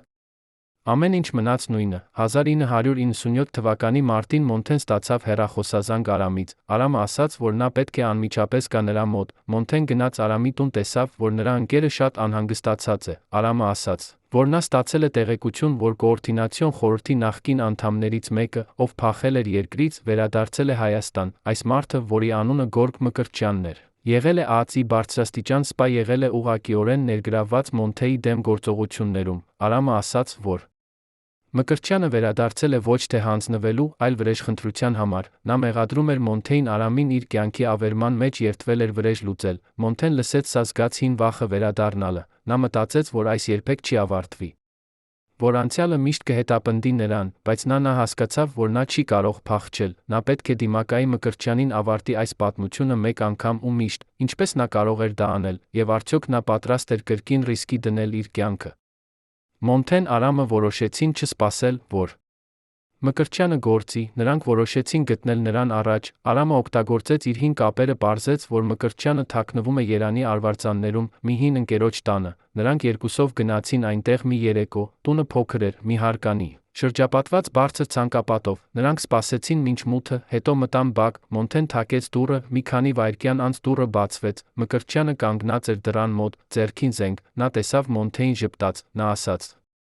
Գիտեի, որ դու կգաս, դու միշտ եղել ես կանխատեսելի։ Մոնթեն ասաց, որ նա եկել է խոսելու, ոչ թե կռվելու, բայց Մկրտչյանը ասաց, որ խոսելու ժամանակը անցել է։ Նա բարձրացրեց զենքը, ուղղեց Մոնթեյի վրա, Մոնթեն չշարժվեց, նա նայեց Մկրտչյանի աչքերին, ասաց. Եթե դու սպանես ինձ, դու ոչինչ չես լուծի, ճշմարտությունը արդեն բացահայտված է, մարդիկը արդեն գիտեն, թե ինչ եք արել դուք, իմ մահը միայն կապացուցի, որ դուք դեռ վտանգավոր եք, ինչ էր անելու Մկրտչյանը, արդյոք նա կսպաներ Մոնթեյին, թե նա կլսեր նրան։ Մկրտչյանը պահեց զենքը ուղղված Մոնթեյի վրա երկար ժամանակ, նրա ձեռքը դողում էր, նրա դեմքը լի էր ատելությամբ, բայց հետո դանդաղորեն նա իջեցրեց զենքը, նա ասաց. Դու ճիշտ ես, քո մահը ոչինչ չի փոխի, բայց դու պետք է իմանաս, որ այն ամենը, ինչ մենք արեցինք, արվեց պատճառով, մենք չէինք չար մարդիկ, մենք փորձում էինք փրկել Արցախը, փրկել Հայաստանը, բայց համակարգը կոռումպացված էր։ Մենք ընկանք այդ համակարգի մեջ, դու էլ կընկնեիր, եթե մնայիր, Մոնթեն ասաց. Ես երբեք չէի ընկնի, որովհետև ես երբեք չէի մոռանա, թե ում համար եմ պայքարում։ Ես պայքարում էի զինվորների համար, ոչ թե իշխանության համար։ Մկրտչյանը լռեց, հետո նա ասաց. Գուցե դու ճիշտ ես, գուցե ես սխալվեցի, բայց հիմա ուշ է։ Ես կորցրել եմ ամեն ինչ, իմ աշխատանքը, իմ ընտանիքը, իմ համբավը, եւ դու ես պատասխանատու դրա համար։ Մոնթեն ասաց. Ոչ, ես չեմ պատասխանատու, դու ինքդ ես պատասխանատու քո ընտրությունների համար, դու ընտրեցիր ծառայել կոռումպացված համակարգին, դու ընտրեցիր փորձել սպանել ինձ, դու ընտրեցիր փախչել, փոխարեն դիմակայելու հետանքներին, սրանք քո ընտրություններն էին, ոչ իմը։ Ինչ էր պատասխանելու Մկրտչյանը, արդյոք նա կընդուներ իր պատասխանատվությունը, թե Նա կշարունակեր մեղադրել ուրիշներին։ Մկրտչյանը նստեց աթոռի վրա, ծածկեց դեմքը ձեռքերով, նա սկսեց խոսել, նրա ձայնը լի էր ցավով։ Նա պատմեց իր պատմությունը, ինչպես նա միացավ ԱԱԾ-ին երիտասարդ տարիքում, ինչպես նա հավատում էր, որ ծառայում է իր երկրին, ինչպես դանդաղորեն նա ներգրավվեց կոռուպցիոն սխեմաներում։ Նա ասաց, որ սկզբում դա փոքր բաներ էին, փոքր գումարներ, փոքր ծառայություններ, բայց հետո դա մեծացավ, եւ երբ նա փորձեց դադարեցնել, նրան սպառնացին, նրան ասացին, որ եթե նա չշարունակի, նրա ընտանիքը կտուժի, եւ այդպես նա շարունակեց։ Նա ասաց, որ երբ կոորդինացիոն խորհուրդը որոշեց վերացնել Մոնթեին, նա փորձեց հակառակվել, բայց նրան չլսեցին, նրան ասացին, որ դա անհրաժեշտ է, նա պետք է կատարի հրամանը, եւ նա կատարեց։ Մկրտչյանը նայեց Մոնթեին, ասաց. Ես ցավում եմ, ես գիտեմ, որ դա բավարար չէ, բայց ես իսկապես ցավում եմ։ Մոնթեն լսեց սազգաց խառը զգացմունքներ։ Մի կողմից նա զայրացած էր այս մարդու վրա, ով փորձել էր սպանել իրեն, մյուս կողմից նա տեսնում էր, որ Մկրտչյանը նույնպես զոհ էր այդ համակարգի։ Արդյոք Մոնթեն կարող էր ներել, արդյոք ներելը նշանակում էր թույլություն տալ անպատիժ մնալ։ Մոնթեն խոսեց երկար ժամանակ Մկրտչյանի հետ, նա բացատրեց, որ ներելը չի նշանակում մոռանալ։ Ներելը նշանակում է ազատվել ատելությունից, ազատվել վրեժխնդրությունից, ազատվել անցյալի ծանրությունից, բայց ներելը նա չի նշանակում, որ պատասխանատվությունը վերանում է։ Մկրտչյանը դեռ պատասխանատու էր իր արարքների համար, նա պետք է դիմակայեր հետանքներին։ Մոնթեն ասաց, որ Մկրտչյանը ունի երկու ընտրություն. կամ նա կարող է շարունակել թաքնվել, ապրել վախի մեջ, կամ նա կարող է հանձնվել իրավապահներին, պատմել ամեն ինչ, ինչ գիտի։ Եթե նա ընտրի երկրորդը, Մոնթեն խոստացավ, որ կօգնի նրան, կխոսի նրա անունից, կբացատրի իրավիճակը, կփորձի ապահովել, որ նա ստանա արդար դատաքննություն։ Մկրտչյանը մտածեց երկար ժամանակ, հետո նա ասաց, որ նա պատրաստ է հանձնվել։ Նա ասաց, որ նա հոգնել է փախչելուց, հոգնել է վախենալուց, հոգնել է ապրելուց Տերի մեջ։ Նա ուզում էր վերջապես պատմել ճշմարտությունը, ընդունել իր պատիժը։ Մոնթեն Արամը տարան Մկրտչյանին ոստիկանություն հաջորդ առավոտ։ Մկրտչյանը տվեց մանրամասն ցուցմունք, որը հաստատեց Չախալյանի խոստովանությունը, ավելացրեց նոր մանրամասներ։ Արդյոք այս վերջապես կփակեր Մոնթեի պատմությունը, թե՞ դեռ ավելին էր գալու։ 1998 թվականին Հայաստանում տեղի ունեցավ քաղաքական ճգնաժամ, նախագահը հրաժարական տվեց, նոր ընտրություններ անցկացվեցին, իշխանությունը փոխվեց, նոր կառավարությունը խոստացավ պայքարել կոռուպցիայի դեմ, բարեփոխել համակարգը, ապահովել արդարություն։ Մոնթեն դիտում էր այս ամենը հեռվից, նա չէր հավատում խոստումներին, նա շատ անգամ էր լսել նմանատիպ խոստումներ, շատ քիչ անգամ էր տեսել դրանց իրականացումը, բայց նա տեսնում էր փոփոխություններ։ Երիտասարդ սերունդը, որը մեծացել էր Մոնթեի պատմությունը լսելով, պահանջում էր ավելին։ Նրանք չէին ուզում ապրել հին համակարգում, նրանք ուզում էին թափանցիկություն, հաշվետվողականություն, արդարություն, եւ նրանք պատրաստ էին պայքարել դրա համար։ Մոնթեն տեսավ սազգաց հույս։ Գուցե նրա պայքարը չէր եղել անիմաստ, գուցե նրա զոհաբերությունը ոգեշնչել էր նոր սերունդին, գուցե ճշմարտությունը, որը նա բացահայտել էր, կօգներ կառուցել ավելի լավ ապագա, բայց դա կախված էր այդ երիտասարդներից։ Նրանք պետք է շարունակեին պայքարը, պետք է պաշտպանեին ճշմարտությունը, պետք է պահանջեին արդարություն, եւ Մոնթեի պատմությունը պետք է լիներ նրանց ուղեցույցը։ 1999 թվականին Մոնթեն ստացավ հրավեր ելույթ ունենալ Երանի համալսարանում։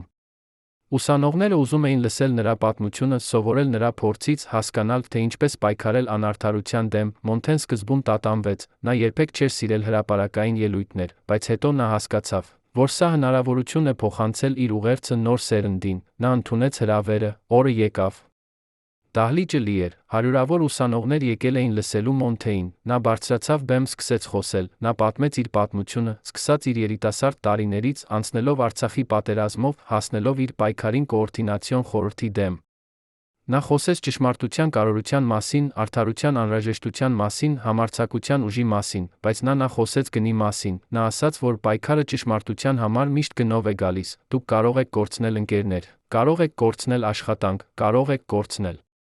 անվտանգություն, բայց եթե դուք չպայքարեք, դուք կկորցնեք ինչ-որ բան ավելի կարևոր, ձեր ինքնությունը, ձեր արժանապատվությունը, ձեր հավատը արդարության մեջ։ Ուսանողները լսում էին լռությամբ, երբ Մոնթեն ավարտեց։ Նրանք ոտքի ելան, ծափահարեցին երկար ժամանակ, ինչ էր զգում Մոնթեն այդ պահին։ Արդյոք նա հասկացավ, որ նրա պայքարը չէր եղել անիմաստ։ Ելույթից հետո շատ ուսանողներ մոտեցան Մոնթեին, նրանք ուզում էին սեղմել նրա ձեռքը, շնորհակալություն հայտնել, հարցեր տալ։ Մի երիտասարդ աղջիկ հարցրեց. Ինչպես դուք գտաք ուժը շարունակելու, երբ ամեն ինչ ձեզ դեմ էր։ Մոնթեն ժպտաց ասաց. Ես գտա ուժը, որովհետև ես հիշում էի, թե ում համար եմ պայքարում։ Ես պայքարում էի այն զինվորների համար, ովքեր մեռան անիմաստ հրամանների պատճառով։ Ես պայքարում էի այն ընտանիքների համար, ովքեր կորցրին իրենց սիրելիներին։ Ես պայքարում էի ապագա սերունդների համար, որպեսզի նրանք չապրեն նույն համակարգում։ Երբ դուք հիշում եք, թե ում համար եք պայքարում, դուք գտնում եք ուժը շարունակելու, մի երիտասարդ տղա հարցրեց։ Բայց ինչպես մենք կարող ենք պայքարել, երբ համակարգը այդքան ուժեղ է, Մոնթեն ասաց։ Համակարգը ուժեղ է, որովհետև մարդիկը թույլ են տալիս, որ այն ուժեղ լինի, համակարգը գոյություն ունի, որովհետև մարդիկը լռում են, ընդունում են, չեն դիմադրում, բայց եթե բավարար մարդիկ որոշեն դիմադրել, համակարգը կփոխվի, դուք չպետք է սպասեք, որ ինչ-որ մեկը փրկի ձեզ, դուք պետք է լինեք այն փոփոխությունը, որը ուզում եք տեսնել, արդյոք այս երիտասարդները կլսեին Մոնթեի խոսքերը, արդյոք նրանք կդառնային այն փոփոխությունը, որը Հայաստանը կարիք ուներ, տարիներ անցան, Մոնթեի պատմությունը դարձավ մաս Հայաստանի պատմության դպրոցներում սովորեցնում էին նրա մասին, գրքեր գրվեցին նրա մասին, ֆիլմեր նկարահանվեցին նրա մասին, բայց Մոնթեն ինքը մնաց պարզ մարդ, նա շարունակեց աշխատել որպես ինժեներ, շարունակեց ապրել իր փոքր բնակարանում, շարունակեց խուսափել հրապարակայնությունից, նա երբեմն հանդիպում էր Արամի հետ, նրանք խոսում էին հին օրերի մասին, նրանք հիշում էին իրենց ընկերներին, ովքեր մեռել էին պատերազմում, նրանք հիշում էին իրենց պայքարը, իրենց զոհաբերությունները, իրենց հույսերը, եւ նրանք տեսնում էին, թե ինչպես է Հայաստանը դանդաղորեն փոխվում, ոչ այնքան արագ, որքան նրանք կցանկանային, ոչ այնքան արմատական, որքան անհրաժեշտ էր, բայց փոփոխություն էր տեղի ունենում, եւ դա բավարար էր։ 1999 թվականի դեկտեմբերին Մոնթեն ստացավ նամակ Չախալյանից։ Չախալյանը գրել էր, որ նա հիվանդ է, շուտով կմեռնի։ Նա ուզում էր հանդիպել Մոնթեի հետ վերջին անգամ։ Մոնթեն երկար մտածեց։ Մի կողմից նա չէր ուզում տեսնել այդ մարդուն, ով պատասխանատու էր այդքան տառապանքների համար, մյուս կողմից նա զգում էր, որ նա պարտավոր է գնալ, գուցե Չախալյանը ուներ ինչ-որ բան ասելու, ինչ-որ բան, որը կօգներ վերջապես փակել այս գլուխը։ Մոնթեն որոշեց գնալ, Մոնթեն թռավ Կիպրոս գնաց Չախալյանի վիլլա, Չախալյանը պառկած էր անկողնում, նիհար թույլ, նա տեսավ Մոնթեին ժպտաց, նա ասաց. Շնորհակալ եմ, որ եկար, ես գիտեի, որ դու կգաս, դու միշտ եղել ես ազնիվ մարդ։ Մոնթեն նստեց նրա կողքին հարցրեց. Ինչու՞։ Ուզեցիր տեսնել ինձ, Չախալյանը ասաց. Որովհետև ես ուզում եմ ներողություն խնդրել, ոչ թե որովհետև կարծում եմ, որ դու կներես ինձ, այլ որովհետև ես պետք է ասեմ դա, ես պետք է ընդունեմ, որ ես սխալվեցի, ես մտածում էի, որ ես անում եմ ճիշտ բանը, որ ես պաշտպանում եմ երկիրը։ Բայց իրականում ես պաշտպանում էի միայն իմ սեփական շահերը, եւ դրա համար շատ մարդիկ տուժեցին, դու տուժեցիր, եւ ես ցավում եմ։ Մոնթեն լսեց սա զգաց, որ ինչ-որ բան փոխվում է նրա ներսում, այն ատելությունը, որը նա կրել էր այդքան տարիներ, դանդաղորեն սկսեց թուլանալ, նա ասաց. Ես ներում եմ քեզ, ոչ թե քո համար, այլ իմ համար, որովհետև ես չեմ ուզում ապրել ատելության մեջ, ես ուզում եմ ապրել խաղաղության մեջ։ Չախալյանը լաց եղավ, նա ասաց. Շնորհակալ եմ, դու ինձ տվեցիր ինչ-որ բան, որը ես չարժանանում էի, ներողություն, արդյոք այս ներողությունը փրկեց Չախալյանի հոգին, արդյոք այն փրկեց Մոնթեի հոգին։ Չախալյանը մեռավ 2 շաբաթ անց, Մոնթեն չմասնակցեց թաղմանը։ Նա վերադարձավ Հայաստան, շարունակեց իր կյանքը, բայց ինչ-որ բան փոխվել էր նրա մեջ, նա այլևս չէր զգում այն ծանրությունը, որը կրել էր այդքան տարիներ, նա զգում էր թեթություն, ազատություն, խաղաղություն, նա հասկացավ, որ ներելը ոչ թե թուլություն է, այլ ազատագրում, երբ դուք ներում եք։ Դուք ազատում եք ձեզ անցյալի ծանրությունից, դուք ազատում եք ձեզ ատելությունից, վրեժխնդրությունից, ցավից, եւ դուք կարող եք սկսել ապրել ներկայում։ Մոնթեն սկսեց ավելի շատ ժամանակ անցկացնել իր ընտանիքի հետ։ Նա սկսեց ավելի շատ ժամանակ անցկացնել բնության մեջ, նա սկսեց վայելել պարզ բաները, առավոտյան սուրճը, արածակը, ընկերների հետ զրույցը։ Նա հասկացավ, որ կյանքը կարճ է, այն պետք է ապրել լիովին, ոչ թե անցյալում, ոչ թե ապագայում, այլ ներկայում։ Արդյոք Մոնթեն վերջապես գտավ խաղաղություն, արդյոք նրա պատմությունը վերջապես ավարտվեց 2015 թվականին, երբ Մոնթեն արդեն 63 տարեկան էր, նա ստացավ հեռախոսազանգ մի երիտասարդ լրագրողից, լրագրողը ասաց, որ նա հետաքննում է Արցախյան պատերազմի պատմությունը, ուզում է հարցազրույց վերցնել Մոնթեից։ Մոնթեն սկզբում մերժեց, նա արդեն տվել էր բազմաթիվ հարցազրույցներ, նա չէր ուզում կրկնել նույն պատմությունը, բայց լրագրողը պնդեց, նա ասաց, որ նա ուզում է ոչ թե պատմել Մոնթեի պատմությունը, այլ հասկանալ դրա դասերը, նա ուզում է իմանալ, թե ինչ կարող է սովորել ներկա սերունդը Մոնթեի փորձից։ Մոնթեն համաձայնվեց, նրանք հանդիպեցին մի փոքր սրճարանում Երանում, լրագրողը հարցրեց. Եթե դուք կարողանայիք վերադառնալ անցյալ փոխել մեկ բան, ինչ կփոխեիք։ Մոնթեն մտածեց երկար ժամանակ, հետո նա ասաց. Ես ոչինչ չէի փոխի, յուրաքանչյուր ընտրություն, յուրաքանչյուր սխալ, յուրաքանչյուր տառապանք դարձրեց ինձ այն, ով ես եմ այսօր։ Եթե ես փոխեի ինչ-որ բան, ես չէի լինի այն մարդը, ով սովորեց ներել, ով սովորեց գնահատել կյանքը, ով սովորեց պայքարել ճշմարտության համար, լրագրողը հարցրեց.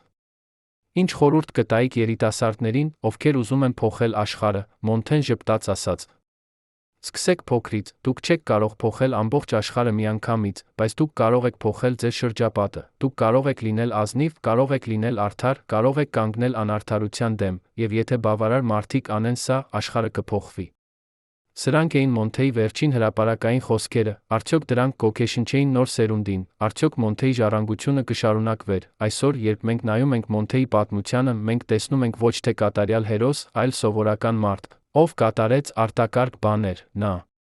չէր ունենում գերզոր ուժեր, չէր ունենում անսահման ռեսուրսներ, չէր ունենում հզոր կապեր, նա ուներ միայն իր համոզմունքները, իր համարձակությունը, իր վճռականությունը, եւ դա բավարար էր։ Մոնթեի պատմությունը հիշեցնում է մեզ, որ յուրաքանչյուր մեզանից ունի ուժը փոխել իրավիճակը, մենք չպետք է սպասենք, որ ինչ-որ մեկը փրկի մեզ, մենք պետք է լինենք այն փոփոխությունը, որը ուզում ենք տեսնել։ Մոնթեի պատմությունը նա հիշեցնում է մեզ ճշմարտության կարողության մասին։